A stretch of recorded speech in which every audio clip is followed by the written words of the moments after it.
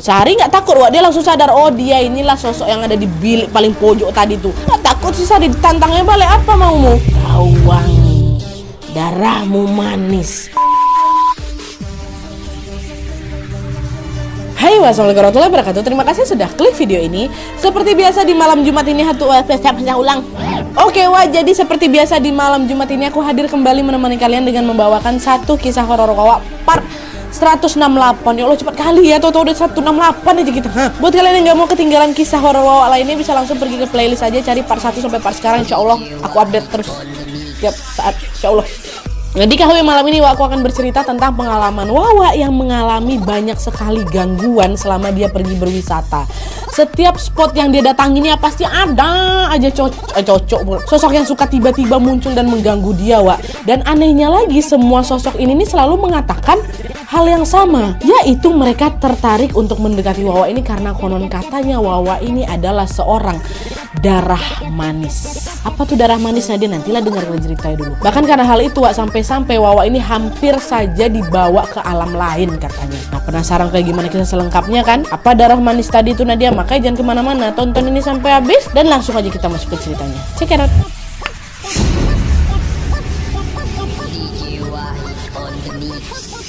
Oke, Wak, jadi cerita malam ini dikirim sama Wak aku yang kita sebut aja namanya Mbak Sari dari Jawa Timur. Halo Mbak Sari. Nah, jadi Wak, sekilas info tentang Mbak Sari. Mbak Sari ini adalah wanita berusia 33 tahun yang berprofesi sebagai seorang guru di salah satu sekolah di Jawa Timur. Nah, Sari juga cerita kalau sejak kecil dia memang sensitif dengan hal-hal tak kasat mata, Wak.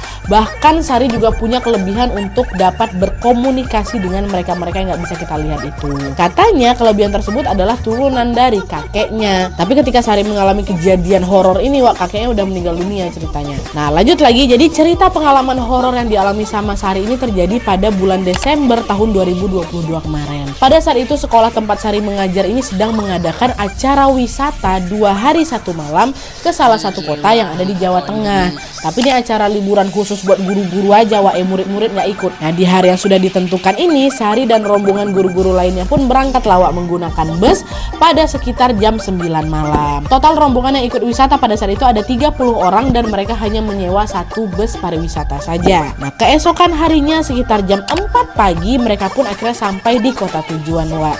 Mereka turunlah di sebuah restoran besar dan juga tempat istirahat kayak rest area gitu yang memang sering menjadi tempat singgahnya bagi bus-bus pariwisata. Selama singgah di sana, banyak dari mereka yang memilih untuk bebersih diri nih buat mandi. Nah, kebetulan hari itu Sari lagi menstruasi. Alhasil dia pun mempersilahkan yang lain untuk udah kalian mandi aja duluan, karena teman-teman guru yang lainnya sedang mengejar jam sholat subuh kan, Wak. Sementara kan Sari lagi nggak sholat, jadi ya saya bisa lebih santai lah gitu. Nah, selama menunggu teman-temannya ini mandi, Sari memilih untuk duduk-duduk, Wak, di sebuah bangku panjang yang ada di sana sambil main handphone. Lalu pada saat dia lagi seru-serunya main HP ini, tiba-tiba Sari dibuat kaget karena kok kaki kiri aku mendadak dingin ya. Tapi dinginnya tuh bukan dingin biasa, Wak, dinginnya beda. Secara mengejutkan si Sari merasa seperti ada yang menjilat kaki kirinya. Jadi dinginnya itu dingin basah, kena air liur, Wak, sepelajeng. Dan ketika Sari meriksa kolong bangku tuh nggak ada siapa-siapa di bawah tuh. Kok macam menjilat deh kaki aku, ya Allah, terbayang aku. Akhirnya Sari pun berusaha untuk mengabaikannya. Nah, ada tuh, singkat cerita, sekitar setengah jam kemudian lah Nadia, banyak tuh dari rombongan-rombongan mereka yang sudah selesai mandi. Jadi kamar mandinya udah nggak ngantri kayak tadi tuh. Dan sekarang gantian lah ini Sari yang mau ke kamar mandi kan, karena dia mau bersih juga dan mengganti pembalut. Nah, pada saat sedang berjalan menuju ke kamar mandi ini, dia ngerasa kaki kiri dia tadi yang bagian dijilatin entah siapa tadi tuh, Wak, mendadak kerasa perih. Langsung dicek lah sama si Sari kan, Wak. Dan kalian tahu, tepat disitulah Sari baru sadar kalau kakinya itu ternyata sudah ada bekas luka macam bekas gigitan. Dan gak cuma bekas gigitan aja, Wak, luka itu juga keluar darah. Kenapa nih digigit siapa aku nih? Udahlah ada bekas lukanya, tadi pun Sari ngerasa seperti dijilat kan, Wak. Dan akhirnya Sari pun masuk ke kamar mandi dengan pelan-pelan dia membersihkan lukanya itu. Nah, singkat cerita, Sari pun udah selesai semua ini, Wak. Udah selesai mandi, selesai ganti pembalut, udah selesai bersihkan luka, bersihkan kakinya, dan lain-lain. Cuma kurang satu aja Nadia waktu itu, aku belum cuci muka katanya kan. Tapi, Wak, ketika tepat Sari ini mau mencuci muka di dalam kamar mandi itu, dia tiba-tiba dikejutkan dengan suara pintu kamar mandinya yang diketok-ketok dari luar. Sari bilang, iya bentar katanya. Nah, tapi ketokan tuh gak berhenti juga tuh. Nah karena si Sari udah terlanjur kesal, akhirnya nggak jadi dicuci muka, Wak. Nah akhirnya dia langsung pergi keluar kan, dibuka pintu. Pada saat Sari membuka pintu, nggak ada siapa-siapa di luar tuh. Nah karena Sari penasaran, dia periksa lah itu ke semua bilik yang ada di kamar mandi itu. Nah ternyata semua bilik ini dalam keadaan kosong, nggak ada orangnya. Cuman satu bilik yang ada di pojok aja, Wak, yang pintunya ketutup ya kan. Di situ si Sari mikir, oh orang tadi itu pasti masuk ke bilik pojok ini mungkin ya, katanya kan. Udah lah tuh Sari putar badan ini, ya kan, mau bersiap pergi meninggalkan kamar mandi, kan udah selesai semuanya, cuman belum jadi cuci muka aja. Tapi Wak, belum sempat Sari ini melangkahkan kakinya untuk meninggalkan kamar mandi, tiba-tiba dari dalam bilik pojok yang ketutup tadi tuh terdengarlah itu suara perempuan tua yang berkata, gimana, sakit nggak kakinya? Katanya. Nah dengar ucapan itu Sari langsung tahulah bahwa yang ada di dalam bilik itu pasti bukan manusia. Oh dia nih. Dengan kesal Sari bilang, kamu berarti yang ngelukain kaki aku tadi ya? Kenapa? Karena aku nggak buat salah apa-apa, jangan kayak gitulah, kata si Sari, Wak. Sari udah terbiasa komunikasi sama kayak gitu kan. Waktu ditanya kayak gitu, diam, dia nggak ada dijawab apa-apa. Waktu itu Sari ngerasa kalau mungkin dia udah pergi. Ya udah, akhirnya Sari pun memutuskan untuk pergi juga nih. Ini masih subuh ya, Wak, posisinya masih gelap. Nah pas Sari ini mau pergi, dia sempat, Wak, berhenti bentar untuk bercermin di cermin wastafel. Lalu pada saat dia sedang berdiri di sana, tiba-tiba Sari cium bau amis darah, nyengat kali, nggak enak, bau enak. Bau apa nih? Lalu dalam waktu yang singkat, Wak, secara mengejutkan bayangan wajahnya Sari yang ada di cermin wastafel itu berubah menjadi pantulan sosok yang sangat menyeramkan. Sosok itu adalah seorang nenek bungkuk dengan wajah yang sudah hancur. Dengan seringainya yang menyeramkan, si nenek bungkuk itu berkata, aku suka baumu, aku suka baumu. Mendengar suara nenek itu, Sari nggak takut, Wak. Dia langsung sadar, oh dia inilah sosok yang ada di bilik paling pojok tadi tuh, yang berarti dia juga lain yang gigit kaki aku. Dia nggak takut sih Sari, ditantangnya balik, apa maumu? Ada apa dengan bauku? Kata Sari, kau wangi, darahmu manis. Nah inilah, Wak, kata Sari nih, Wak, ya. Darah manis itu adalah sebutan untuk orang-orang dengan aura yang bisa menarik perhatian makhluk-makhluk astral.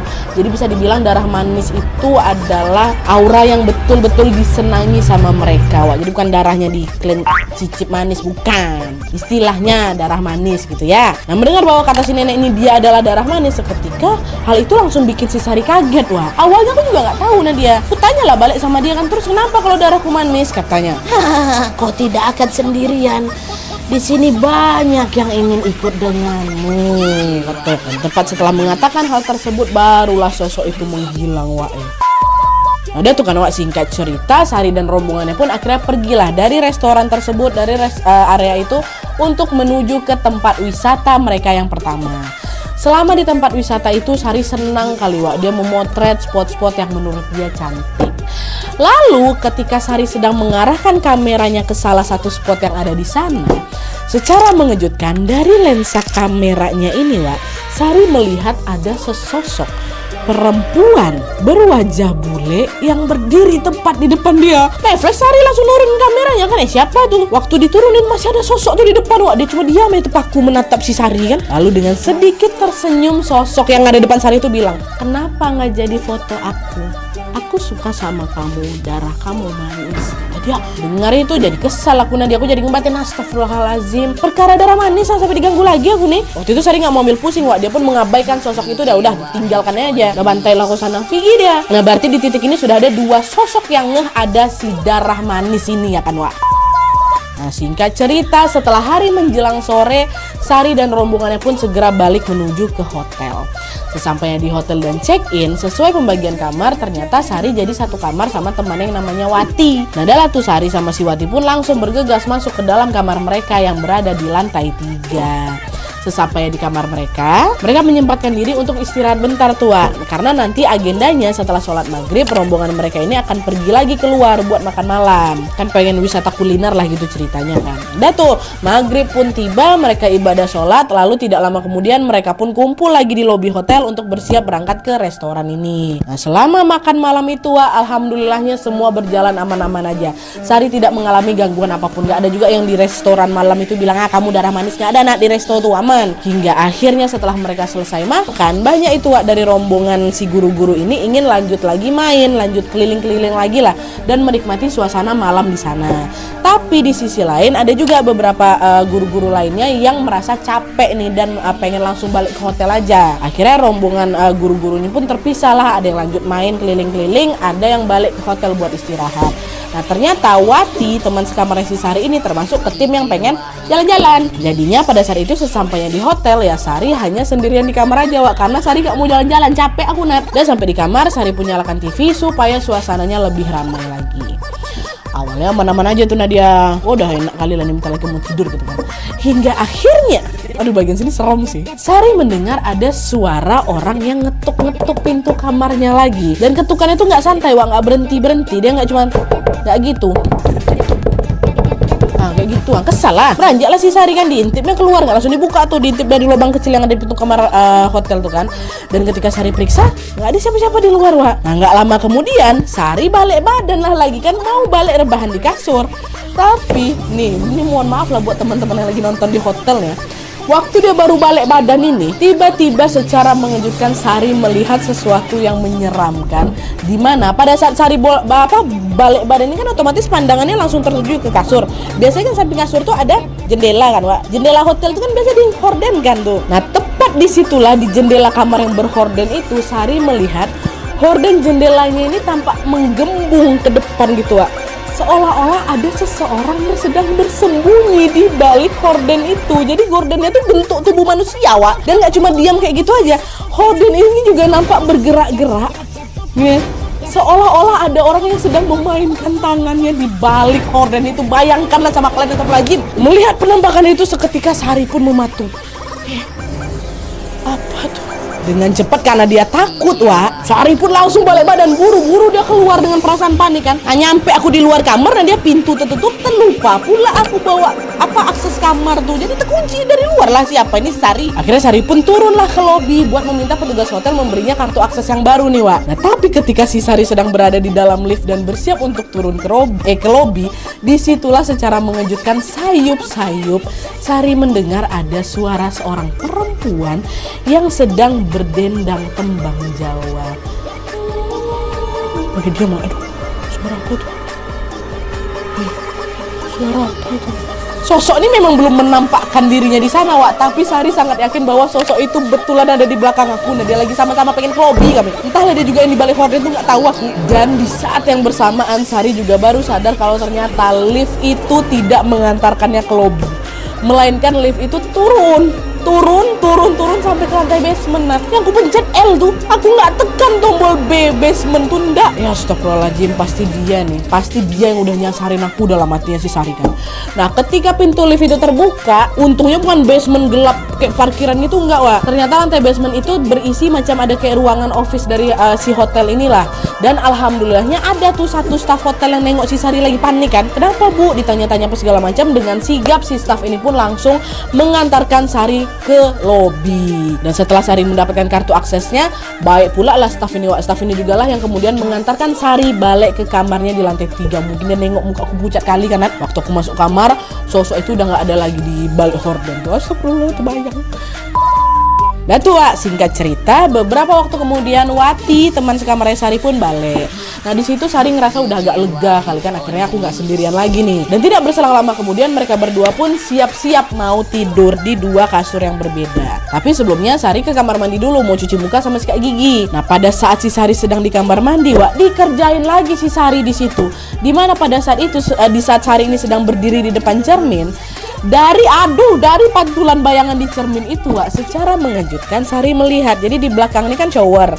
Di shower itu kan ada kayak biasanya gantungan apa tuh Wak, gantungan handuk yang biasanya nempel di dinding atau di pintu shower tuh. Nah pada saat itu secara mengejutkan Sari melihat di belakangnya itu ada sosok anak perempuan yang lagi duduk di atas gantungan handuk tuh.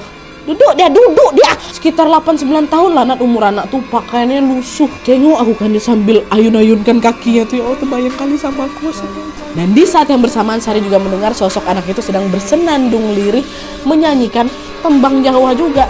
apa anak ini tadi di lift ya dalam hati aku. Karena suaranya memang mirip dengan apa yang dia dengar di lift, Wak. Nah disitulah Sari ini langsung sadar kalau oh dia inilah yang udah bikin aku nyasar sampai ke basement tuh. Nah dia iseng dia nih memang. Nggak takut sih Sari ditatapnya balik ya kan. Ditanya sama Sari, kamu ngikutin aku dari tadi kan, kenapa? Katanya, aku mau main sama kamu, kamu wangi, darahmu manis.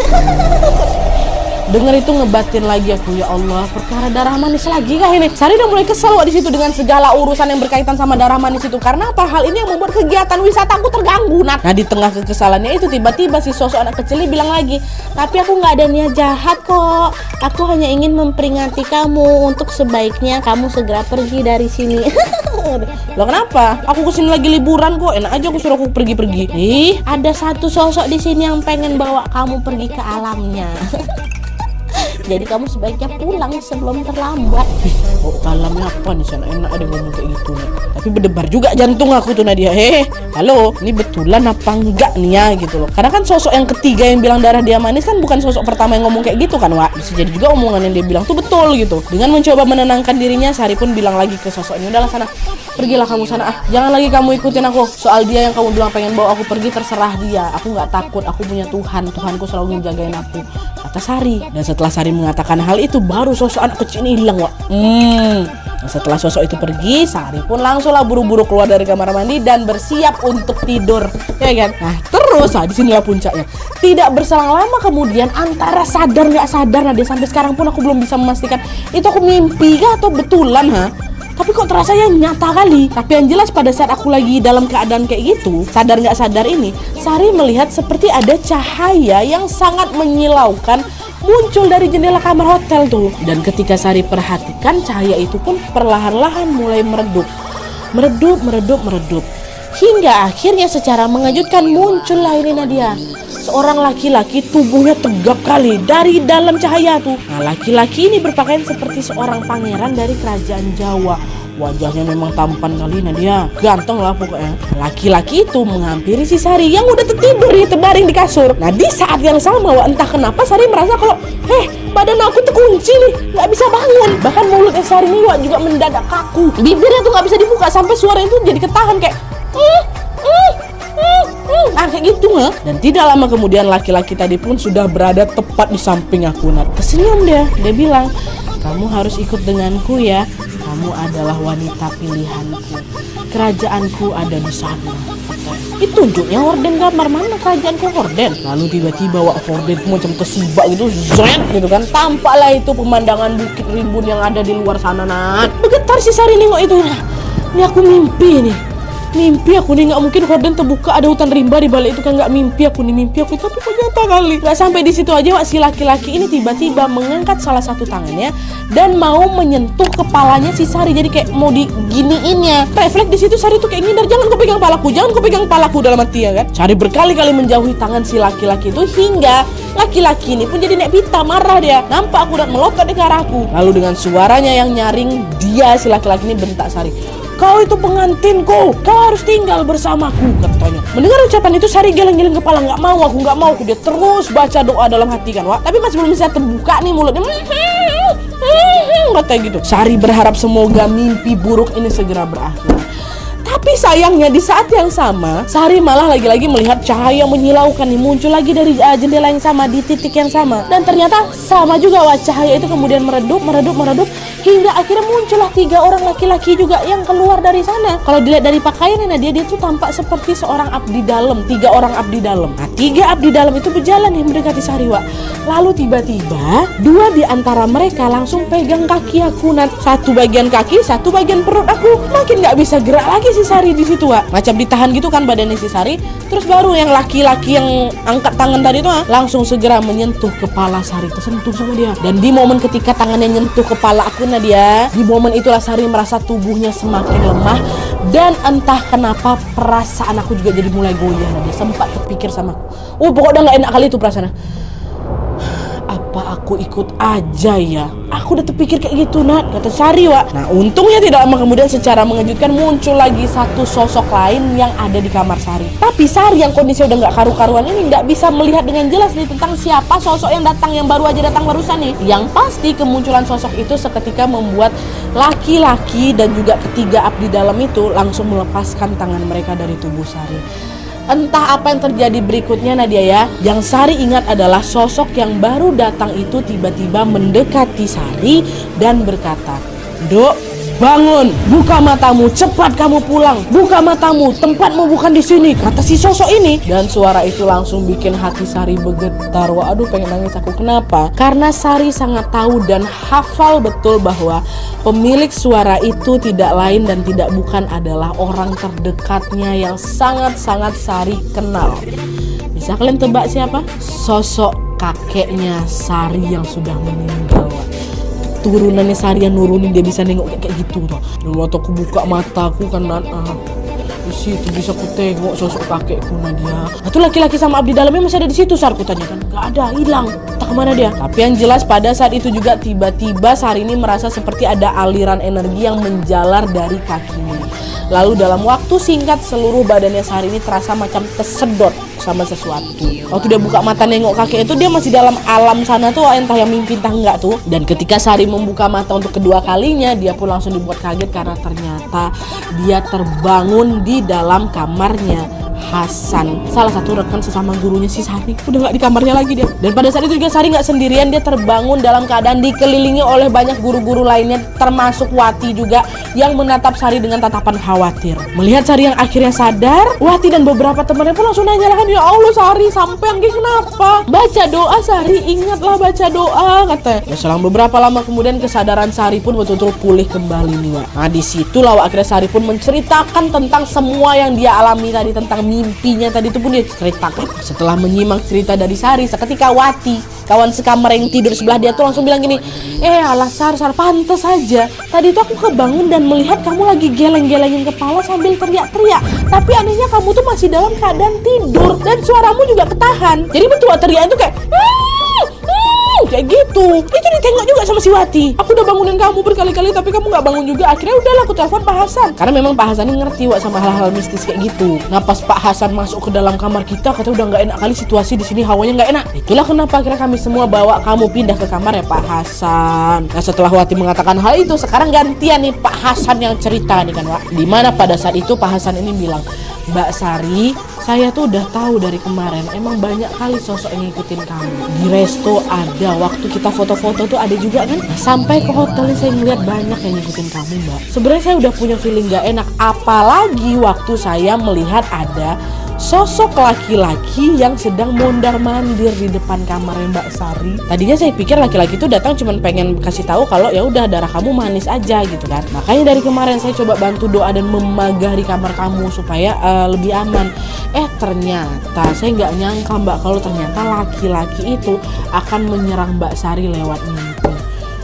Tahu Pak Hasan soal itu ya. Sari berusaha mencerna tuh semua informasi yang baru saja dia dengar dari Pak Hasan tadi. Tapi namanya juga baru aja ngalamin kejadian yang tidak terduga kan, Wak. Rasa-rasanya pada saat itu adalah masih pusing kali aku, masih ketakutan kali aku tuh. Sempat kuyakan mau pergi aku sama orang tuh kalau entah kemana tuh, balik horden hotel tuh. Akhirnya pada malam itu teman-teman sesama gurunya yang perempuan sepakat untuk tidur ramai-ramai di sana sambil menemani Sari. Sedangkan guru-guru yang laki-laki juga tidur di kamar sebelahnya untuk jaga-jaga kalau terjadi apa-apa lagi. Udah tuh singkat cerita, Wak, malam itu Sari pun tidur dan alhamdulillahnya malam itu semua berjalan aman tanpa gangguan. Besok paginya ketika Sari terbangun, dia dan semua teman-temannya sama guru ini pun langsung kembali ke kamar masing-masing untuk beres-beres. Karena apa? Karena di hari itu kami mau balik lagi ke Jawa Timur. Kan dari kamar Pak Hasan tuh udah bubar lah nih ke kamar masing-masing kan. Nah, awalnya Sari merasa kalau semua gangguan yang udah aku alamin tadi tuh dia udah selesai lah, karena aku juga udah kayak dibersihkan lah sama Pak Hasan. Itulah kenapa aku santai-santai aja untuk balik ke kamarnya. Kok sendiri dia, Wati mana? Wati lagi sarapan di restoran. Nah, terus saat Sari membuka pintu kamar ya tiba-tiba di situ jantung aku mau copot. Karena disitulah lagi-lagi Sari bertemu dengan sosok laki-laki yang datang ke mimpinya tadi malam, Wak. Ini gak di mimpi nih. Ini aku baru bangun nih kan, masuk kamar aku ada di depan aku nih. Tapi sosok tuh nggak marah Wak, dia tersenyum gitu nah dia nengok aku. Nggak bergerak hati aku, nggak luluh hati aku disenyumin sama dia kayak gitu nah. Tapi sosok ini nggak mendekat Wak, dia tetap berdiri di tempatnya, nggak bergerak sama sekali seolah sedang menjaga jarak sama si Sari. Nah, barulah di situ aku bilang, kau mau apa lagi, udah pergilah ke sana ha. Dengan lembut si laki-laki itu bilang, aku hanya ingin melihatmu sebelum aku harus melepasmu kembali. Kau harus ingat, kau itu pasanganku. Ngaco, aku bukan pasangan kau.